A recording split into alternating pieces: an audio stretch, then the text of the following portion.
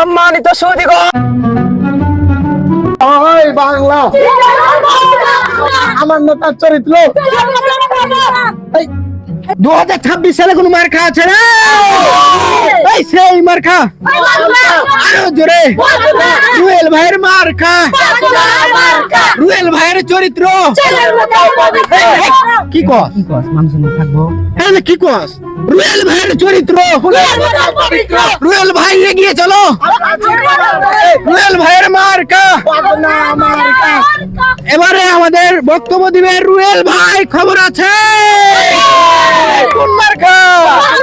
এবারে আমাদের বক্তব্য দিবেন রুয়েল ভাই, আমাদের বিশিষ্ট নেতা, চোরের মাস্টার, বদনা মার্কার প্রতীক রুয়েল ভাই আমাদের মঞ্চে উপবিষ্ট হচ্ছে। তিনাকে মঞ্চে উপস্থিত হওয়ার জন্য অনুরোধ জানাচ্ছি। রুয়েল ভাইয়ের কোন খবর আছে? কোন সে খবর? এবারে আমাদের জননেতা রুয়েল ভাই আপনাদের মাঝে বক্তব্য রাখবেন।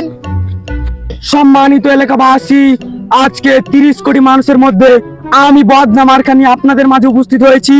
তো আমি এই শেরপুরের মাটিতে কথা দিয়ে যাচ্ছি, আপনার মূল্যবান ভোটটি আমাকে বদনা মার্কায় দিয়ে দেখেন।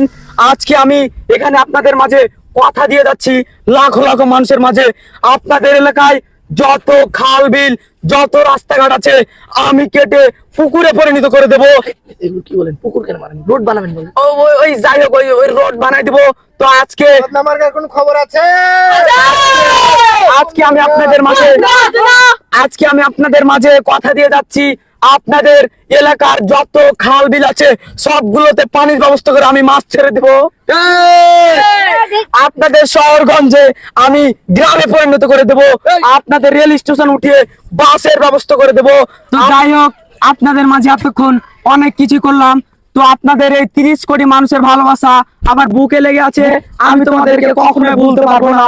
সামনে 12 ফেব্রুয়ারি একটি করে মূল্যবান ভোট বদনা মার্কায় দিয়ে আমাদের জয়যুক্ত করবেন। আমি এখানে কথা দিয়ে গেলাম। তো যাই হোক, এ বলে অনেক কিছুই বললাম। তো এ বলে আমি আমার বক্তব্য শেষ করছি। বদনা মার্কা জিন্দাবাদ। রুয়েল ভাই জিন্দাবাদ, তার মার্কা বদনা মার্কা জিন্দাবাদ। রুয়েল ভাইকে আগামীতে আপনারা বদনা মার্কায় ভোট দিবেন, আগামীতে নির্বাচনে আনবেন। জয় বদনা মার্কা। বদনা মার্কার কোন খবর আছে রে? রুয়েল ভাইয়ের কোন খবর আছে?